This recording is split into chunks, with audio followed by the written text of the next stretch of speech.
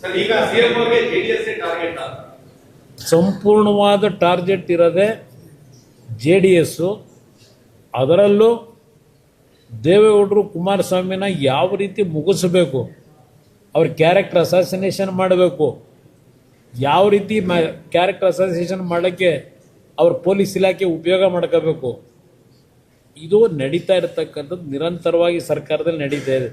SIT ಅಂತಕ್ಕಂಥದ್ದು ಇರ್ತಕ್ಕಂಥದ್ದು ಒಂದು ಪ್ರಮುಖವಾಗಿ ನಮ್ಮನ್ನು ಮುಗಿಸ್ತಕ್ಕಂಥದ್ದು. ಈಗ ಒಂದು ಉದಾಹರಣೆ ಕೊಡ್ತೀನಿ. ಪಾಪ ರಮೇಶ್ ಕುಮಾರ್ ಅವರು ಒಂದು ಹೇಳಿಕೆ ಕೊಟ್ಟರು. ನಮ್ಮ ಕೋಲಾರದ ಮಾಜಿ ಸ್ಪೀಕರು ಕುಮಾರಸ್ವಾಮಿ ಅವರು ಡೆಲ್ಲಿಲಿ ಮಂತ್ರಿ ಆದಮೇಲೆ ನಾನು ಫಾರೆಸ್ಟ್ ಇಲಾಖೆಯವ್ರಿಗೆ ಅಲ್ಲೇಳಿ MOFಗೆ ಇವ್ರಿಗೆ ತೊಂದರೆ ಕೊಟ್ಟು ನೋಟಿಸ್ ಹೊಡಿಸಿದ್ದೀನಿ ಅಂತ ಒಂದು ಹೇಳಿಕೆ ಕೊಟ್ಟರು. ನನಗೆ ತೊಂದರೆ ಕೊಡ್ತಾವ್ರೆ ಅಂತೆ. ನನಗೆ ಸಂಬಂಧ ಇಲ್ಲದೆ ಇರೋದು ನನ್ನ ಹೆಸರು ತಂದರು. ನಾನು ಎಲ್ಲೂ ಚರ್ಚೆ ಮಾಡಿರಲಿಲ್ಲ. ಅವರಿಗೆ ನೋಟಿಸ್ ಯಾಕೆ ಕೊಟ್ಟರು ಫಾರೆಸ್ಟ್ ಇಲಾಖೆಯವರು? ಅಲ್ಲಿ ಅವರು ಏನು ಅರಣ್ಯ ಇಲಾಖೆಯ ಭೂಮಿಗಳನ್ನು ಒತ್ತುವರಿ ಮಾಡ್ಕೊಂಡಿದ್ದಾರೆ.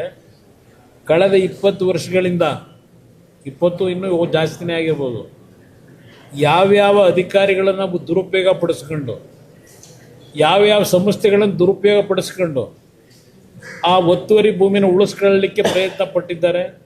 ಏನೂ ಇಲ್ಲ ಸತ್ಯ ಹರಿಶ್ಚಂದ್ರ ನಾನು ಅಂತಾನೆ.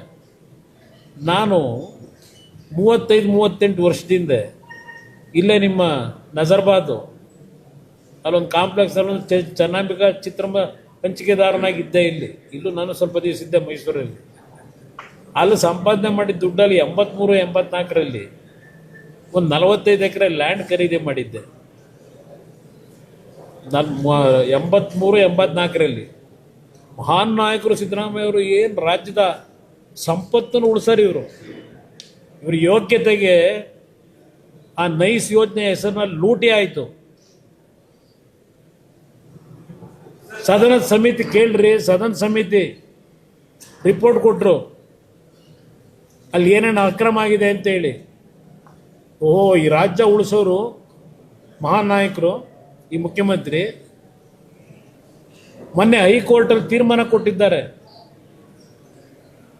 ಏನು ಮಾಡಿದ್ದೀರಿ? ಇಷ್ಟು ವರ್ಷ ಆಯ್ತಲ್ಲ, ನಂದು ಯಾವುದೋ 4 ಎಕರೆ ಭೂಮಿ ಒತ್ತುವರಿ ಮಾಡಿಬಿಟ್ಟಿದ್ದೀನಂತೆ.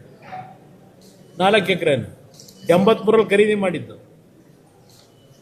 ಹೌದಪ್ಪ, ನಾನು ಇವತ್ತಿನವ್ರಿಗೆ ಬಾಯಿ ಬಿಟ್ಟಲ್ಲಿ ಹೇಳಿದ್ದಕ್ಕೆ ನಾನು ಹೇಳ್ತಾ ಇದ್ದೀನಿ ಅಷ್ಟೇ. ನೀವು ಸಿದ್ದರಾಮಯ್ಯ ನಿಮ್ಮ ಟಾರ್ಗೆಟ್ ಅಂದ್ರಲ್ಲ, ಅದಕ್ಕೆ ನನ್ನ 4 ಎಕರೆ ಭೂಮಿ ವಶಪಡಿಸ್ಕೊಳ್ಳೋಕ್ಕೆ SIT ರಚನೆ ಮಾಡ್ತಾರೆ. SITನ ಇತಿಹಾಸದಲ್ಲಿ ಯಾವುದೂ ಗೊತ್ತಿಲ್ಲ ನನಗೆ. ನನ್ನ 4 ಎಕರೆ ಭೂಮಿ, ನನಗೆ ಇನ್ನೂ 4 ಎಕರೆ ಸರ್ಕಾರ ಕೊಡಬೇಕಲ್ಲಿ. ನಾನು ಖರೀದಿ ಮಾಡಿರೋದಕ್ಕೆ ಶಾರ್ಟೇಜ್ ಇದೆ.